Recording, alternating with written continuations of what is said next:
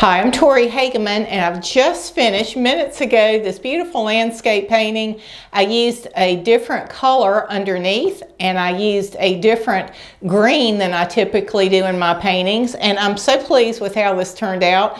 When I get about 2/3 of the way through the painting, I stop and assess what's working, what's not. That's a real important thing to me in these videos, to give you some ideas on how to fix things, how to make them better.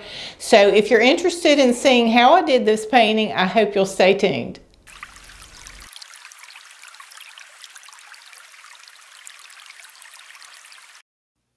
The reference photo I'm using came from the Paint My Photo website. It's a free website for artists to use.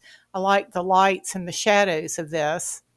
I'm starting with an acrylic underlayment of cad red light with tons of white. It's just a beautiful peachy coral color.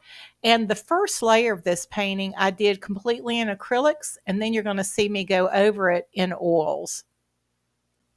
So I'm looking at my reference photo and just getting an idea of where I want that building to sit in the canvas.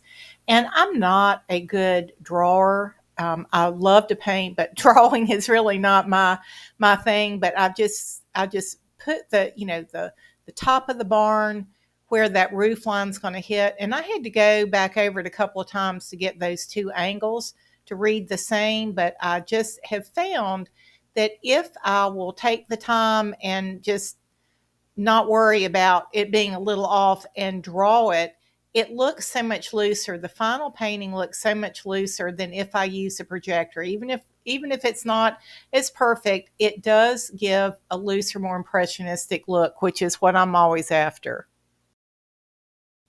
So here's my first little happy accident. In the photograph, the roof line is straight, but those pillars have a little arch to them, and I drew it too arched, but I kind of liked the interest architecturally rather than having that line straight across. So I debated and wrestled with that throughout the whole painting, but ended up leaving those arches. They provided a dramatic place for dark shadows, and so that was just, like I said, kind of a happy accident. Here I'm just using acrylic with water, going in, just getting in my shadows, just getting in the values to start. Here I'm using a real big flat brush just to get that roof in, using big strokes. I'm using the edge of that brush to get in the posts there below. I'm not overthinking it. I'm doing everything fairly quickly. Again, just trying to keep this a little loose, getting in a darker gray on that shadow side. And here I am for these background trees, putting in a layer of a bluey purple color. I'm going to be going over that with a green, but I just wanted you to see that first layer of color that's, I think, going to make such a difference in this final painting. Here's a view from a distance of that. And here I've put in yellow oxide in the foreground. And I know this is looking not very harmonious and a little jerky, but I just want to remind you, this is where we're heading. And having these colors underneath peeking through, I think really made a difference. Here I'm using a purpley color to do the shadow lines on the roof of the barn, and you'll see me pulling some deep shadows out from that tree, putting them in very sketchy, just almost more of a place marker. Here you see I've gotten out my oil paints to do my final layer, and I'm using a blue that I do not often use. It's kind of a scary color. It's called phthalo blue. It's a very strong color. I've mixed it with a lot of white, just a little bit of that blue, to get that sky color, and that's going to be the predominant blue that I'm going to use to mix the greens for this painting. And I've mixed them with yellow ochre or yellow oxide, and I've mixed it with cad yellow medium, and it produces the richest, loveliest greens. It's definitely a blue green. It looks very different than my ultramarine blue and yellow, which I so often use in my paintings, and the sap green that I so often use. But gosh, it really ended up just looking very luscious. I love using this color, and I used it throughout the painting, so there's great color harmony. So here I'm starting with the back row of trees, putting it using phthalo green and a touch of the yellow oxide. And it's this beautiful dark green. And here I've used the ultramarine blue and some cad yellow for that front tree. And look how different that looks. It's much more of a yellow green, and it really pulls that tree forward and keeps the other trees in the back.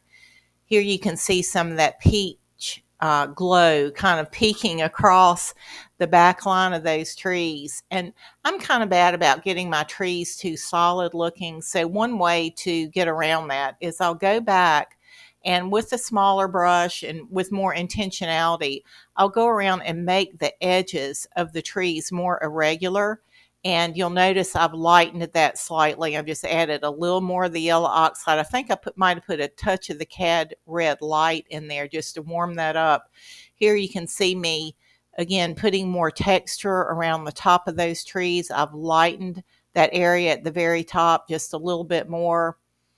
And another thing that I'll do that helps when I get my trees too solid is to go back in with the sky color and just add in a few sky holes just to kind of make that a little lacier and open that up a little bit.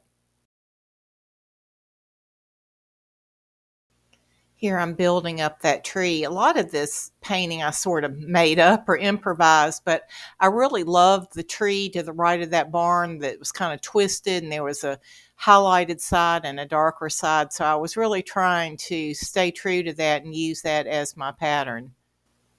And here you can see with that foreground, I just took different piles of phthalo blue with either the yellow oxide or the cad yellow or adding a little white. And I just, with the side of my brush, just started scrubbing those in. You can see some of that yellow ochre peeking out from underneath, and just lights and darts. It gave it beautiful texture. I just really love the way that turned out. Here I've used that touch of cad red light again with white to get a nice glow on the front of those posts. And one thing that happened, the shadows of the tree that are on the ground, they look so hard. I took a paper towel and just gently rubbed every place there was a shadow on the ground, and it just blended out beautifully. I'd never done that before, but I was pleased with how that turned out.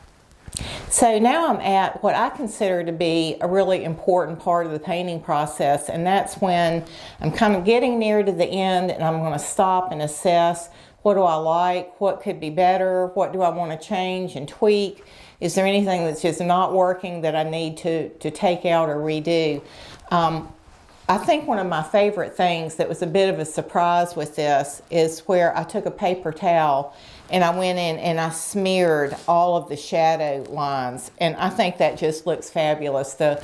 I wanted some dramatic shadows in this, but I felt like they were calling too much attention, and I'd never tried that before. I just love that. I'm gonna have to remember that for future. Now, if you're painting in acrylics, of course, that's not going to work unless you're using a slow dry medium. So you might, if you're painting trees or you have some things that you might want to try smearing in your painting, you might want to try adding a slow dry medium to your acrylics and see how that does. You can experiment on paper or something else. I like this subtle reference to the shadows there. I don't think I'm going to do much more with that. I think given how big this tree is, this side looks a little sparse. I might thicken that up a little bit. And I'd love to play up the light and shadow a little more. So I might lighten this a little bit more.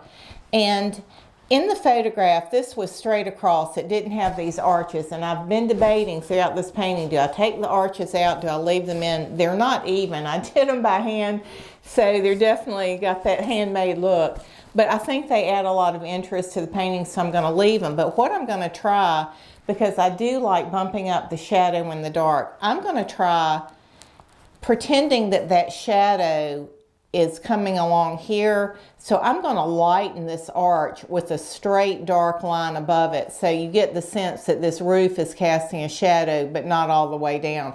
I'm going to try lightening that up. I think that could do a lot for the painting. The other thing that's bothering me is this end of the barn just looks really flat and uninteresting. I think I'm going to try adding some a little more definition to some boards there. And I'm going to add just some brambles rather than shrubs or anything looking too manicured. Just some shrubs in here. The other thing that's bothering me a little bit, this just looks so solid. I'm going to add some other trees or pull some of this lighter down into there and see how all that looks. I think that's about it. Oh, the other thing I wanted to mention, I typically, if you've watched many of my videos, you know I am a sap green girl. I love me some sap green. And I use that in almost all my paintings. And because of that, my paintings look so similar because the color palette is so similar. I use the phthalo green throughout this. Even though I used a little bit of sap green here and there, I predominantly use the phthalo green, and I love this blue-green effect. I think it's beautiful. The phthalo is very strong. It can get away from me, but I love the color palette of this. I think it's just really effective. I'm going to be using that more. So once again, just sort of a mental note of what's working. I want to try the phthalo green again, and I want to try smearing shadows again. But I do think there's much that could be improved on in these two areas. So let me work on those and I'll let you take a look. So here you can see at the end of that barn, I started putting in some really loose, sketchy kind of lines, and I used a dagger brush to do it. If you're not familiar with the dagger, it's got a real severe angle to it. And I wasn't sure if that dagger was designed for oil paints, if it would be sturdy enough, but it did great. And I also used it to put in the vines around that building. And also, if you'll look over to the left, the shrubby sticks at the base of those shrubs on the left, I used a dagger brush for that as well. Even though I'd added in the boards and the vines, I still felt like that end of the building looked a little plain. So I did add in a scruffy shrub, and I put some grass there at the base. And I think that helped kind of take care of that vacant looking problem. Here I'm using a flat brush, and I'm putting in that straight line where I want the arches to look like they're in sunlight. And I put a dark line underneath the roof, and wow, look what a difference that made. It really transform that. And I'm using my little dagger brush to put a fine little brown line in on the left side of all those posts just to give a shadow line. It's amazing how a tiny little shadow can really make something look three-dimensional. So here we have the finished painting, and I must say I really love this one, and I don't feel that way about every painting that I do, but it's nice when one turns out well, particularly when I'm filming it for a YouTube video. I ended up tweaking it just a little bit more. I felt like this end of the building was still looking too blank to me, so I ended up adding more vines. I added some shrubbery here, added a little taller grasses, highlighted them a little bit more. I didn't like this area of the painting was continuing to bother me. It just felt too blank with everything else going on. So I just put in some vague, I used a really big wide brush and put in just some vague shrubbery back there. But I love this color palette. I'm definitely going to be using that again. I love the coral color that's peeking through. I wish I had left more of that showing. I have trouble with that. I have every intention when I start a painting that I'm going to leave a lot of that undercolor showing, and it ends up getting covered up. But I do love the places where it's peeking through. If you've never tried putting another color underneath your painting, yellow ochre, yellow oxide is a beautiful one. Orange, hot pink, all those work well. Particularly when you've got a lot of green, it's a beautiful little something to peek through on the bottom. So I hope this was helpful to you. If it was, I always appreciate a thumbs up. Any comments, something that you'd like me to see me paint in the future. And if you'd like some real close-up, step-by-step instruction, I have some very inexpensively priced courses and shorter tutorials on my website. They're very reasonably priced, but they'll show you close-up of the brushwork, and I'll really take you through step-by-step if you'd like to see some more detailed instructions. So thanks again for joining me. I appreciate your time. I don't take that lightly. God bless.